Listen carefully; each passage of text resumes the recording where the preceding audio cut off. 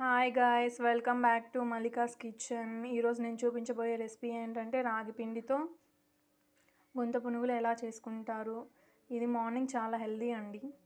ఈరోజు నేను చూపించబోయే రెసిపీ ఏంటంటే రాగి పిండితో గుంత పునుగులు ఎలా వేసుకుంటారు. ఇంగ్రీడియంట్స్ చూసేద్దాము. మరి 1 కప్ బొంబాయి రవ్వ, 1 కప్ రాగి పిండి, కొంచెం వంట సోడా.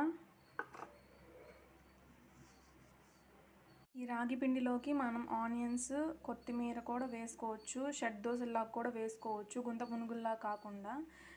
నేను గుంత పునుగులు వేసుకుంటున్నాను. మీ ఇష్టం, మీరు ఏదైనా చేసుకోవచ్చు. గుంత పునుగులైనా వేసుకోవచ్చు, బందోసులైనా వేసుకోవచ్చు, షెడ్ దోసలైనా వేసుకోవచ్చు. మూడిట్లో ఏదైనా వేసుకోవచ్చు.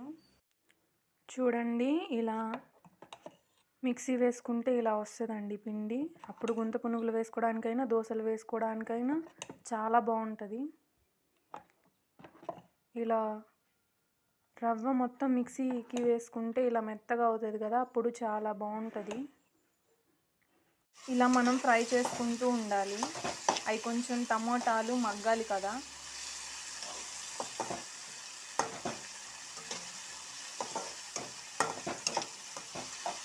మనం పెట్టుకున్న పోపు ఉంది కదండి, దాన్ని ఇలా పిండిలో వేసుకోవాలి. అప్పుడు గుంత పునుగులకి చాలా టేస్ట్ వస్తుంది. ఇలా పోపు పెట్టుకుంటే, అది మన ఇష్టం. పోపు పెట్టుకోవచ్చు, పెట్టుకోకపోవచ్చు, అది మన చాయిస్. ఇలా తీసుకున్నాం కదా. చూడండి, మనం ఇలా చేసుకున్నాం కదా. ఇలా కొంచెం సేపు మూత పెట్టుకున్న తర్వాత, ఉడికిన తర్వాత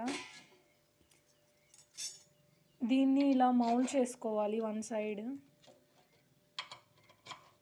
అన్నీ మౌల్ చేసుకోవాలి.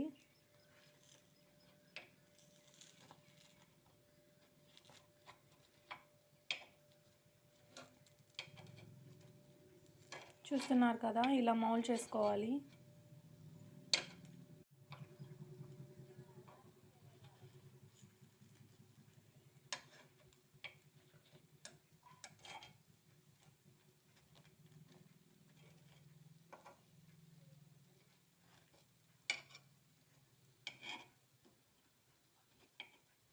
అన్నీ ఇలా మౌల్ చేసుకున్నాం కదా.